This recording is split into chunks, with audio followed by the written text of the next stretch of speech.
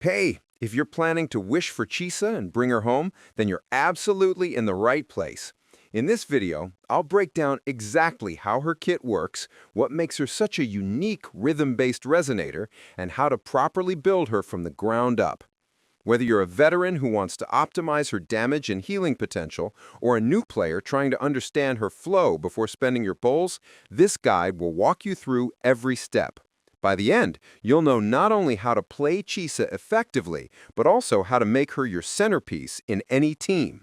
So grab your controller, get ready to rev up that chainsaw, and let's dive into the art of mastering Chisa. Yo!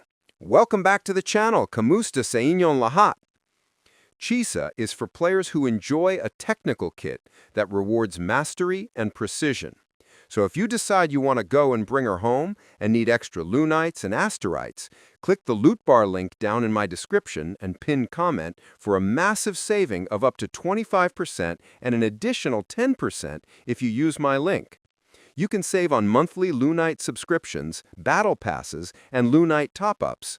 Loot Bar is trusted by thousands and thousands of Wuwa players with excellent Trustpilot scores. With their mobile DIY top-up, you can get the discounts without giving away your password.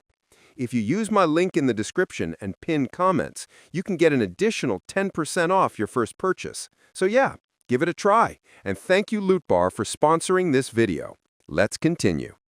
Chisa doesn't reward mashing. She rewards mastery.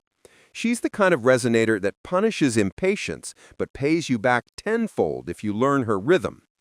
Every swing of her chainsaw, every burst of resonance energy ties into a system of precision and tempo. She's not about raw aggression. She's about control within chaos. The faster you learn her flow, the faster you'll start carving through enemies like they're made of paper. At the heart of Chisa's kit lies her ring of chainsaw mechanic. You generate it through normal attacks and resonance skills, then enter chainsaw mode to unleash Sawing Blitz. You'll feel the tempo ramp up, her movement sinking like beats in a track, before finishing with Sawing Eradication, her signature finisher that defines her as both artist and annihilator. The key is knowing when to transition. Use Moment of Nihility not just as a panic button, but as a tempo reset and heal. It's your way to breathe before diving back into the storm. Once you understand that cycle, build, burn, recover, repeat, you'll find that Chisa never really stops moving. Her gameplay becomes an endless chain of tension and release, where perfection feels both satisfying and inevitable. The moment you align your timing with her fever mechanic, it's pure power. When her chainsaw meter is full and you time her death snip and eradication perfectly, the game practically applauds you. That's when Chisa transforms from a character you control to one you conduct. Now when Chisa's concerto energy is full and she tags out, her outro skill activates. It doesn't directly add stacks, it's sneakier than that. What she does is leave behind a hidden modification on the enemy target. Normally, every kind of negative status effect in Wuthering Waves, Havoc Bane, Arrow Erosion, Spectral Frazzle, you name it, has a stack limit. 3, 5, depending on the debuff. It's a balanced little system. But then, Chisa walks in, shrugs, and says, "What if we made that 6?" Suddenly, your stacking mechanics just broke through the ceiling. Now let's talk weapons, because Chisa's entire damage ceiling depends on choosing the right blade for her rhythm.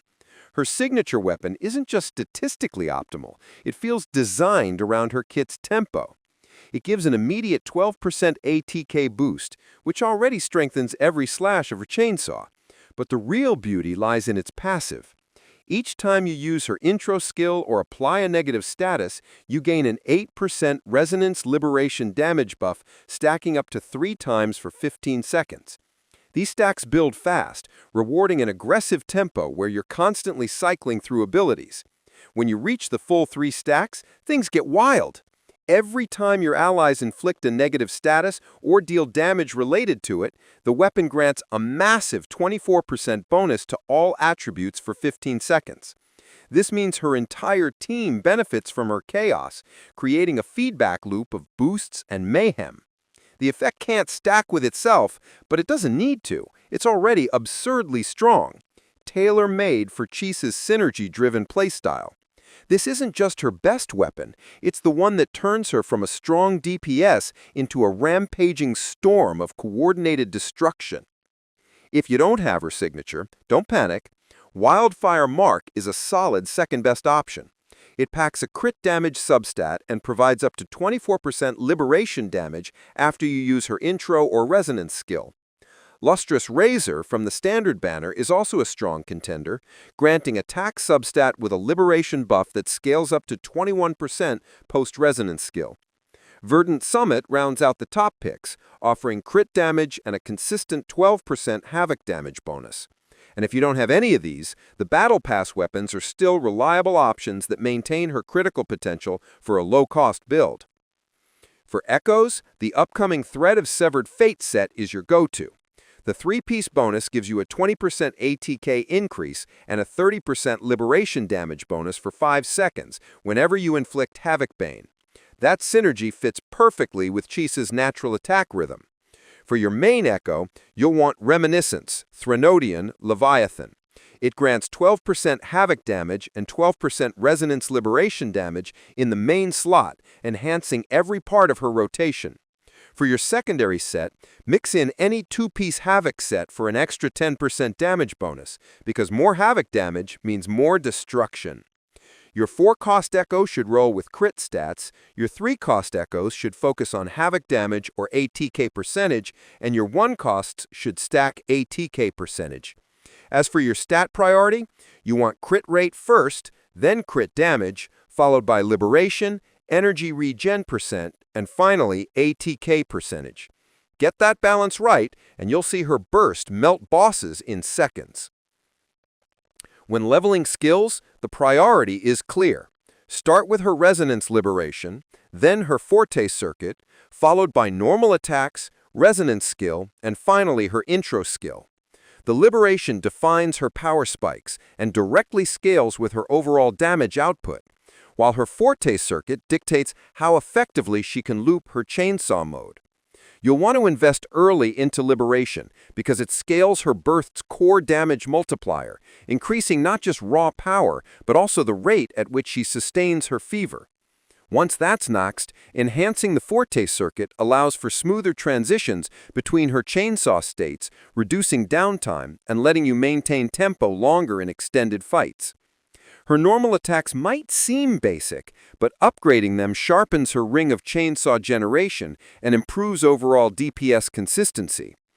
The Resonance skill adds a layer of utility by feeding energy and setting up her core rotations, while the intro skill, though last in priority, can still offer minor buffs or debuffs that contribute to team synergy. Leveling in this order ensures that Chisa reaches her mechanical peak efficiently, optimizing both burst potential and floor management in every encounter. Do note that her healing comes from her normal attacks and liberation, so make sure to prioritize both if you want her to dish out heals for your team. If you're running her as a support in negative status comps, Arrow Erosion and Spectral Frazzle setups are her playground. In Erosion teams, she can replace Arrow Rover as the healer without breaking flow, keeping Shakona active as Cartathia's sub-DPS while maintaining tempo. In Frazzle comps, Zani and Phoebe both benefit massively from her healing and stacking buffs, turning the trio into a feedback loop of debuffs, damage, and recovery. It's chaos, but the beautiful kind, the kind Chisa thrives in. If you're not into negative status, you want allies who can buff her liberation damage or help sustain her energy flow. Chongli and Brant are top-tier partners. Brant keeps her consistent, while Chongli's buffs amplify her liberation to absurd levels. Yuno or Mortefi and Jianxin also make great combinations, especially for teams that rely on elemental resonance coordination. Yinling pairs well when you want to push her burst windows even harder, while Shorekeeper's defensive utility keeps Chisa alive long enough to hit her rhythm stride. And what about Frolova? Heck, Frolova works with anyone, so yeah, go for it. Pair them with Choi Wen and see massive damage. Now, people often speculate that she'll replace Rover, but the reality is even more interesting. she can actually step in for Phoebe and Siakona too. Her knack for doubling status effects means Rover can generate more spectral frazzle stacks, which Zani absolutely needs. Meanwhile, Arrow Rover can also double Cartathia's stacks from 6 to a whopping 12 Arrow Erosion stacks.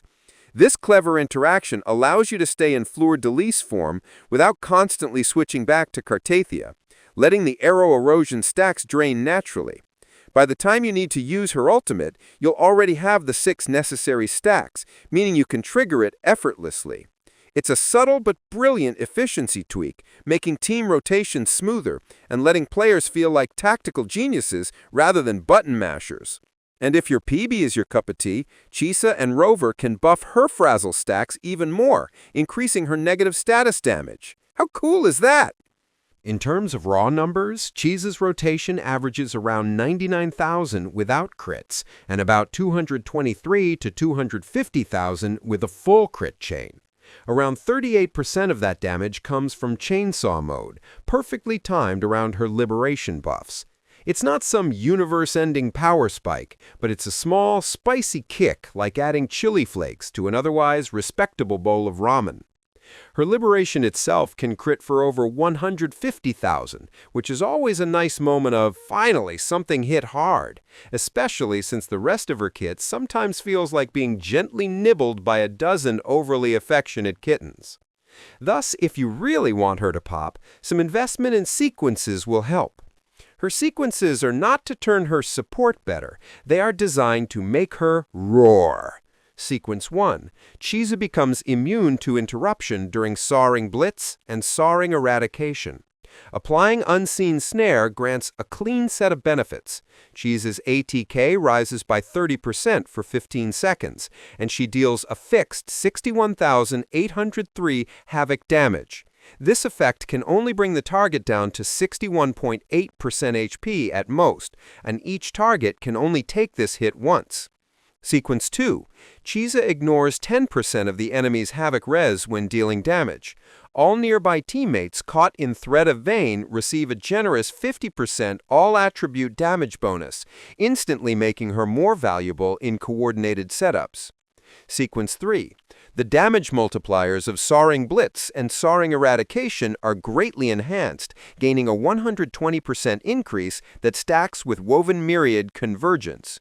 When the Ring of Chainsaw is consumed, Soaring Eradication gains an additional 120% multiplier, also stacking with Convergence.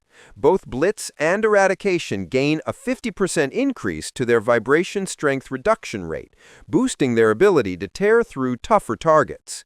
Sequence 4. Unseen Snare evolves. Whenever a target marked by it takes damage, Chisa applies 1 stack of Havoc Bane. This can trigger once per second, enabling a consistent buildup that benefits longer fights and multi-hit rotations. Sequence 5. Her Resonance Liberation, Moment of Nihility, gains a full 100% damage bonus. Additionally, Life Thread Glide now costs 50% less Life Thread Jetstream, making her mobility smoother and more forgiving in sustained combat. Sequence 6. If Chisa would fall during Soaring Blitz or Soaring Eradication, she instead clings to life with at least 1 HP, allowing her to finish her attack string like an anime protagonist refusing to die before the final punch lands. Unseen Snare transforms again into Unseen Snare Finality, keeping all previous effects while amplifying vulnerability. Targets afflicted take 30% more damage from negative statuses and 40% more damage specifically from Chisa herself, giving her late chain scaling a sharp and satisfying spike. What you want is to get her S3 for a solid sub-DPS build and S5 for a full DPS build. S6 increases her personal survivability and makes her DPS even solider. The truth is, building Chisa isn't about stacking stats or copying a spreadsheet. It's about understanding her philosophy. She's a resonator that rewards commitment, precision, and musical timing. You don't brute force her gameplay, you groove into it. Once you master her flow, once you stop seeing her kit as buttons and start feeling it as rhythm, she becomes unstoppable. And when you hear that chainsaw rev up mid-combat and see your enemies vanish before the final note hits, you'll realize that Chisa isn't just a character, she's an experience. If this video resonated with you, please leave a like and subscribe. Ring that bell for massive version 2.8 gotcha luck. Thank you so much for watching, maraming salamat po, and I will see you in my next video drop. Goodbye!